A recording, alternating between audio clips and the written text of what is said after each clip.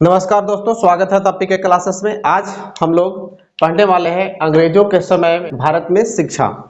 हम लोग UGC net set jet 2024 paper 1 की सिलेबस को हम लोग देख रहे हैं, जिसमें पिछला चैप्टर में हम लोगों ने देखा कि प्राचीन भारत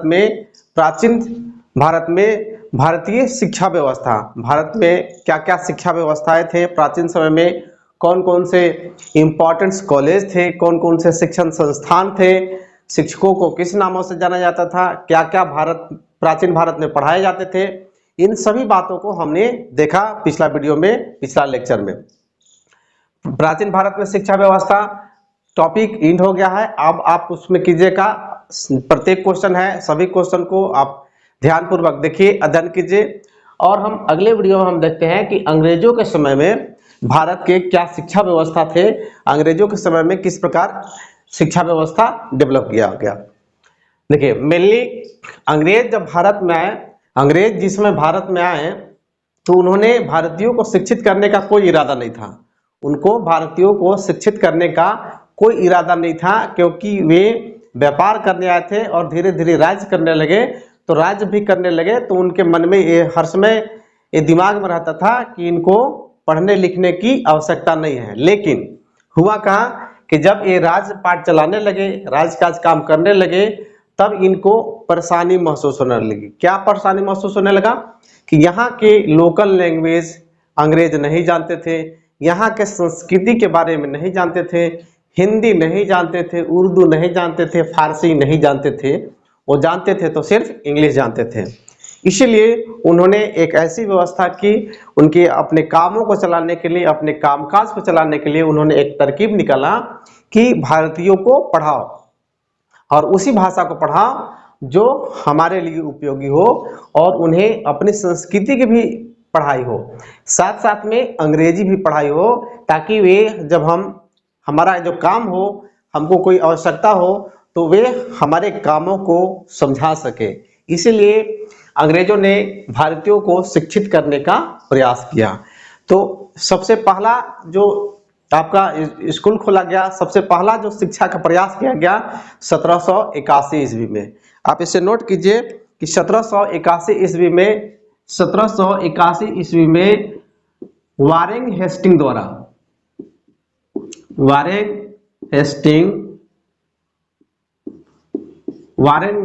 द्वारा कलकत्ता में मदरसा की स्थापना किया गया। कलकत्ता में मदरसा की स्थापना किया गया। अब 1781 ईस्वी में वारेन हेस्टिंग द्वारा कलकत्ता में मदरसा की स्थापना की गई। इसका क्या उद्देश्य है, इससे अंग्रेजों को क्या लाभ मिलता?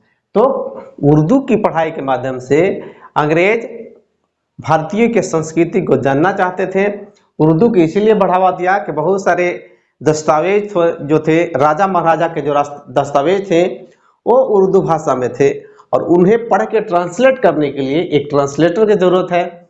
इसीलिए उद्देश्य से उन्होंने सबसे पहले कलकत्ता में वारेन हेस्टिंग के द्वारा मदरसा की स्थापना की गई। कब? 1781 ईस्वी में। दूसरा जो अंग्रेजों के द्वारा प्रयास किया गया 1791 ईस्वी में जोनाथन डंकन द्वारा बनारस में संस्कृत कॉलेज खुलवाया गया।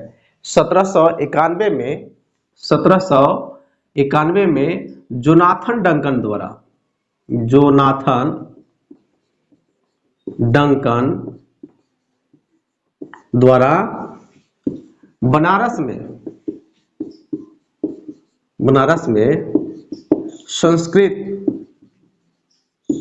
संस्कृत कॉलेज की स्थापना किया गया। 1791 ईस्वी में जोनाथन डंकन द्वारा बनारस में संस्कृत कॉलेज की स्थापना की गई। किस लिए स्थापना की गई? क्योंकि बहुत सारे संस्कृत में भी दस्तावेज थे, उन्हें ट्रांसलेट करके अंग्रेजों को बतलाने के लिए एक कॉलेज की महसूस की गई। इसीलिए 1791 ईस्वी में जोनाथन डंकन द्वारा बनारस में संस्कृत कॉलेज की स्थापना की गई। ये सभी प्रश्न आपका पूछे जाते हैं नेट सेट जेट जितने भी हैं सभी में ये प्रश्न पूछे जाते हैं, इसलिए आपको दिमाग में इन सभी बातों को याद रखना होगा। अब हम आते हैं 1800 ईस्वी में, तो लॉर्ड वेलेस्ली द्वारा फोर्ट विलियम की स्थापना की गई। फोर्ट विलियम क्या होता है समझिए। 1800 ईस्वी में लॉर्ड वेलेस्ली द्वारा, लॉर्ड ये सभी अंग्रेज हैं, लॉर्ड वेलेस्ली द्वारा फोर्ट विलियम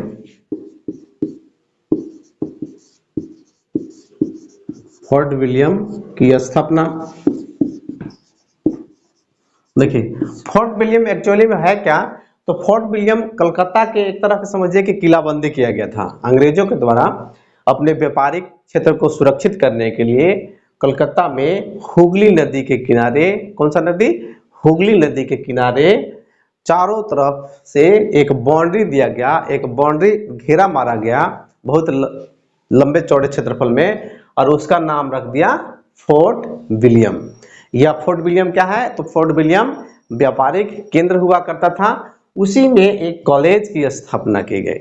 असल में फोर्ट विलियम जो है, फोर्ट विलियम जो नाम लिया गया है आपका, इंग्लैंड के जो राजा हुआ करते थे विलियम तृतीय, आप इसे लिखिए विलियम तृतीय, इंग्लैंड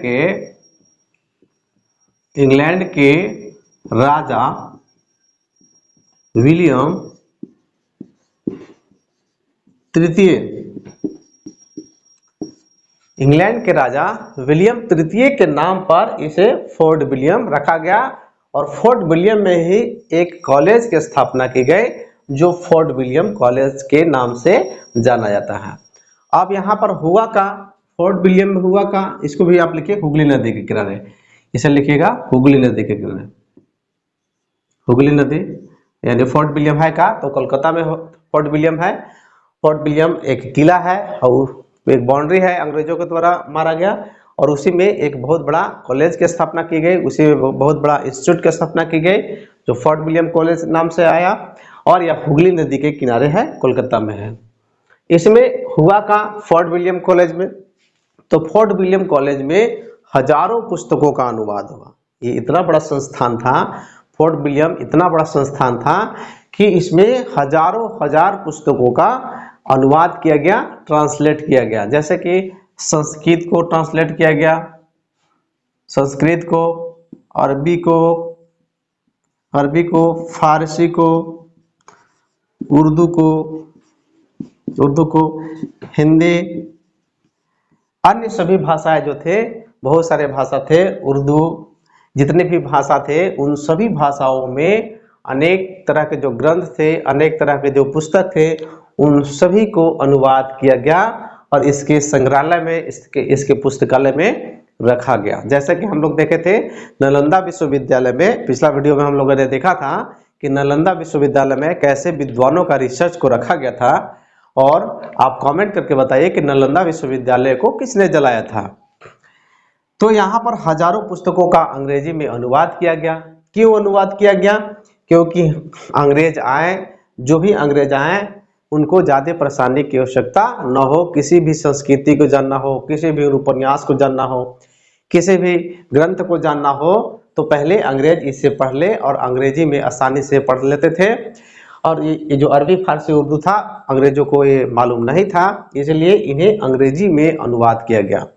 इसलिए फोर्ट विलियम कॉलेज में संस्कृत, अरबी, फारसी, उर्दू, हिंदी से संबंधित हजारों पुस्तकों का अनुवाद किया गया। ऐसा कहा जाता है कि जब भी कोई अंग्रेज इंग्लैंड से अधिकारी बन के आता था, कोई उच्च अधिकारी बन के आता था, तो वह सबसे पहले फोर्ट विलियम पहुंचता था। अब फोर्ट विलियम क्यों पहुंचेगा?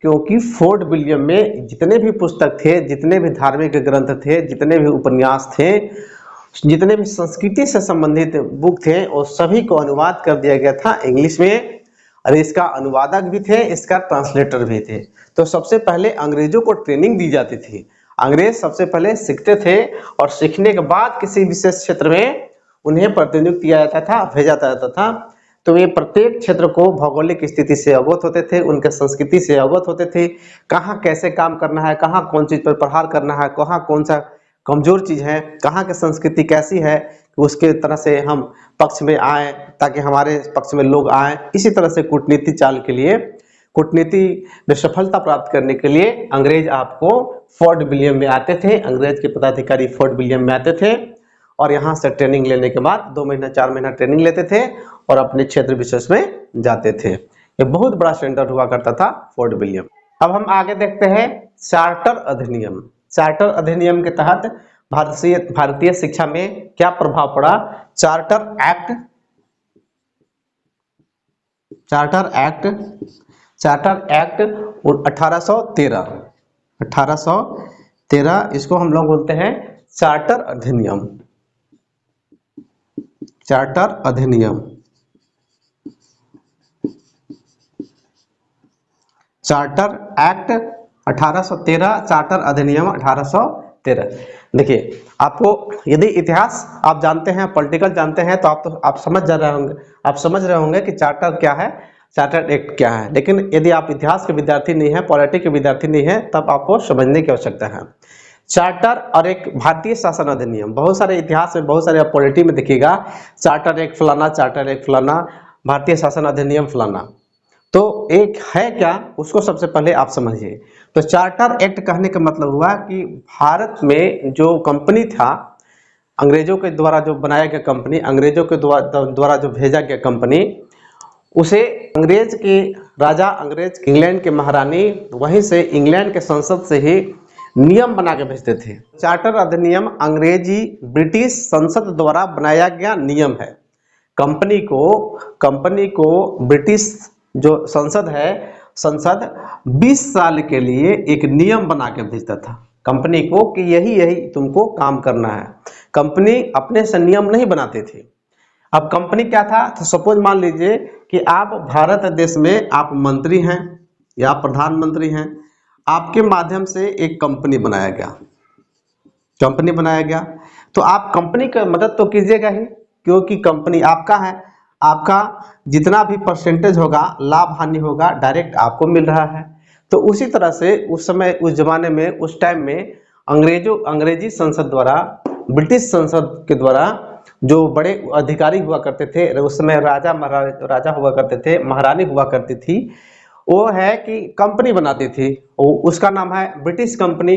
तो ब्रिटिश कंपनी को व्यापार करने के लिए भेज देती थी, जितने भी काम होता था वो सभी के सभी अपने कंपनी को देती थी, क्योंकि कंपनी यदि मुनाफा में रहेगा तो ये भी मुनाफा में रहेंगे। तो उसी के तरह से संसद के द्वारा, ब्रिटिश संसद के द्वारा एक नियम बना के भेजा जाता था। वो नियम 20 साल के लिए होता था कि 20 साल में ये आपको काम करना है और 20 साल के अंदर ये काम करना है, 20 साल के बाद फिर हम अगला नियम भेजेंगे, वो आपको काम करना है। तो यही है चार्टर एक्ट, चार्टर अधिनियम 1813। तो हमको मतलब यह है कि हायर एजुकेशन में चार्टर अधिनियम पूछा जाता है कि इसमें शिक्षा से संबंधित पूछा जाता है कि चार्टर अधिनियम 1813 ईस्वी में क्या क्या शिक्षा से संबंधित बदलाव हुआ। तो आप नोट करेंगे। तो चार्टर अधिनियम 1813 के तहत ईसाई मिशनरियों को देश में प्रचार प्रसार करने की अनुमति दी गई। इसमें स्पष्ट कहा गया कि ईसाई मिशनरी जो हैं अपने धर्म के प्रचार करेंगे। यानी भारत में ईसाई धर्म का प्रचार आपको खुल कर किया जाने लगा। कब से? आपको 1813 ईस्वी के अंतर्गत। 1813 कौन अधिनियम के तहत? तो चार्टर एक्ट 1813 के अंतर्गत ईसाई मिशनरियों को छूट दे दिया गया। क्यों ईसाई मिशनरियों को ही छूट दिया गया, अन्य धर्म को क्यों नहीं छूट दिया गया? क्योंकि आपको अंग्रेज जो थे ईसाई धर्म को मानने वाले थे।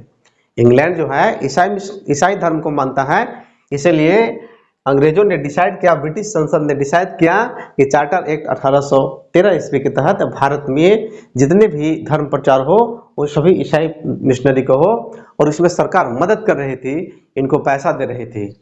और इसी के तहत इंग्लिश मीडियम स्कूल आया। इंग्लिश मीडियम स्कूल खोला गया और सरकार अधिक से अधिक पैसा देती थी इंग्लिश मीडियम स्कूल के लिए। सरकार के कहना था, ब्रिटिश कंपनी के कहना था कि ईसाई धर्म का प्रचार होगा, इंग्लिश मीडियम स्कूल खुलेगा, तो आपके अंदर आपके जो भावनाओं है आपका विकसित होगा, आप जो है वैज्ञानिक जो सोच है वो डेवलप होगा, वैज्ञानिक प्रचार प्रसार किया जाएगा। कंपनी का कहना था कि वैज्ञानिक प्रचार प्रसार किया जाएगा, वैज्ञानिक खोज किया जाएगा नए नए। तो आपने प्राचीन भारतीय शिक्षा को देखा कि जिसमें लोग पढ़ना नहीं जानते थे, यहाँ पर भारत देश में ऑपरेशन होता था, तो अंग्रेज हमें क्या सिखाएंगे। देखिए यहीं से आपका भारतीय शिक्षा व्यवस्था गड़बड़ाने का काम यहीं से किया जाने लगा। 1813 ईस्वी से प्रमोट दिया जाने लगा इंग्लिश के, और अभी भी हम लोग इसका गुलाम है, अभी भी इसके हम लोग आदी हैं। यदि आपके बच्चा इंग्लिश मीडियम में नहीं पढ़ रहा हो तो आप अपने आप में गिल्टी महसूस करते हैं, क्योंकि इस तरह के समाज वातावरण बना दिया गया है। तो ऐसा नहीं है कि इंग्लिश मीडियम में स्कूल में पढ़ने वाले ही बच्चे अच्छे करते हैं। यदि हिंदी मीडियम में है, जिस समय हमारा संस्कृति था वो कहाँ कोई मीडियम था, वो मीडियम था संस्कृत मीडियम था। संस्कृत में पूरा देश को पढ़ाया जाता था। हमारे यहाँ से चीन पढ़ के गए, हमारे यहाँ से जापान पढ़ के गए, वो अभी अच्छा कर रहे हैं। तो अब अंग्रेज जो है हमारे यहाँ क्या थोप दिए, इंग्लिश थोप दिए, और इंग्लिश थोपने के कारण हमारी शिक्षा व्यवस्था है, ठीक है ये भाषा है, भाषा को जानना जरूरी है, लेकिन ये अनिवार्य नहीं है कि हम इंग्लिश जानें, क्योंकि आप प्रोफेसर बनने वाले हैं। आप इस सब्जेक्ट को पढ़ रहे हैं तो आप प्रोफेसर बन रहे हैं, आपको तुलना करना होगा। हायर एजुकेशन पढ़ने का मेन रीजन यही है। क्यों पढ़ाया जा रहा है हायर एजुकेशन के, ताकि आप शिक्षा व्यवस्था को जानें, आप सभी तरह के शिक्षा व्यवस्था को कंपेयर करें और आपके अंदर ये डेवलप हो कि क्या ये सही है और क्या ये गलत है। तो इसलिए अब देखिए, अब अपने भाषा में प्रमोट किया जाने लगा, अपने संस्कृति में प्रमोट किया जाने लगा है। बहुत सारे तो जो जगह है इंजीनियरिंग कॉलेज जो है, मेडिकल कॉलेज है, वो हिंदी में पढ़ाया जाने लगा। क्यों ऐसा? क्योंकि आप हिंदी में सोच सकते हैं, हिंदी में आपका विचार आ सकता है। लैंग्वेज इंग्लिश है लेकिन हिंदी में विचार आता है, तभी आप काम करते हैं अंग्रेजी में। तो उसी को हम दबा दे रहे हैं, तो हमारे अंदर विचार कहाँ से आएगा? वो एक तो रटा रटाया हो गया, एक वर्क हो गया, इसीलिए बच्चे अच्छा नहीं कर पा रहे हैं। तो हमारा रिसर्च बताता है कि जो बच्चा जिस भाषी क्षेत्र में है, जिस भाषा को वह जानता है, उसी को उसमें रिसर्च करने के लिए मौका मिलना चाहिए। इसलिए झारखंड में भी कई भाषाओं का, कई क्षेत्रीय भाषाओं का पढ़ाई हो रहा है और रिसर्च किया जा रहा है, और इसके संबंध में शिक्षकों की बहाली लेने की प्रक्रिया चल रही है। चलिए आगे हम लोग देखते हैं। तो अंग्रेज ईसाई धर्म का प्रचार करने लगे, इंग्लिश मीडियम स्कूल खोला जाने लगा, और ये क्या करने लगा, बहुत सारे कॉलेज के स्थापना हुए। कौन कौन कॉलेज का स्थापना हुए? तो आप देखिए कि 1817 ईस्वी में, आप लिखेंगे 1817 ईस्वी में, 1817 ईस्वी में कोलकाता में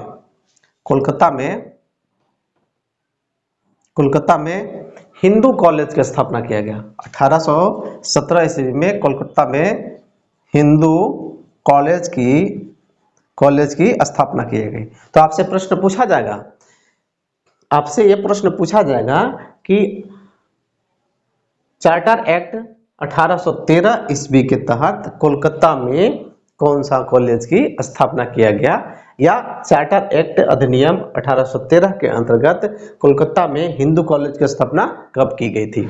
तो आपको इस सभी चीज को दिमाग में रखना होगा। तो 1813 ईस्वी में कोलकाता में हिंदू कॉलेज की स्थापना की गई। इसके बाद 1840 ईस्वी में मद्रास प्रेसिडेंसी की स्थापना की गई। 1840 ईस्वी में मद्रास प्रेसिडेंसी की स्थापना की गई। 1840 में पहला जो है, 1817 ईस्वी में, फिर दूसरा आपका जो स्थापना किया गया 1840 ईस्वी में मद्रास प्रेसिडेंसी कॉलेज की स्थापना की गई। ये बहुत बड़ा प्रेसिडेंसी है, बहुत बड़ा कॉलेज है। और 1856 ईस्वी में बॉम्बे प्रेसिडेंसी की स्थापना की गई। 1856 ईस्वी में देखिएगा, जितने भी एक्ट आएंगे, जितने भी अधिनियम आपका आएंगे, जितने भी चार्टर अधिनियम आएंगे 1857 के पहले आएंगे। 1857 के बाद आपका भारतीय शासन अधिनियम आ जाता है, यानी भारत में भी नियम बनता था और अंग्रेज भी नियम बनाते थे, दोनों को कंबाइन चलता था। लेकिन 1857 की क्रांति के पहले अंग्रेज क्या करते थे, सिर्फ अपना एक्ट लाते थे, वो चार्टर एक्ट होता था। तो 1856 ईस्वी में एक बॉम्बे में प्रेसिडेंसी कॉलेज पूना की स्थापना, प्रेसिडेंसी कॉलेज पूना की स्थापना किया गया 1856 ईस्वी में। 3 कॉलेज का स्थापना किया गया था। इंपॉर्टेंट है आपका चार्टर्ड एक्ट 1813 के तहत आपका 1817 में आपका हिंदू कॉलेज की स्थापना किया गया था। 1840 में मद्रास प्रेसिडेंसी कॉलेज की स्थापना किया गया था और 1856 ईस्वी में पुणे प्रेसिडेंसी कॉलेज की स्थापना किया गया था बॉम्बे में। ये थे आपका आज का लेक्चर, आज का ये टॉपिक था। आपको जल्द ही जितने भी टॉपिक पढ़ा दिए गए हैं उसका नोट्स दे दिया जाएगा। मिलते हैं अगले वीडियो में, तब तक धन्यवाद।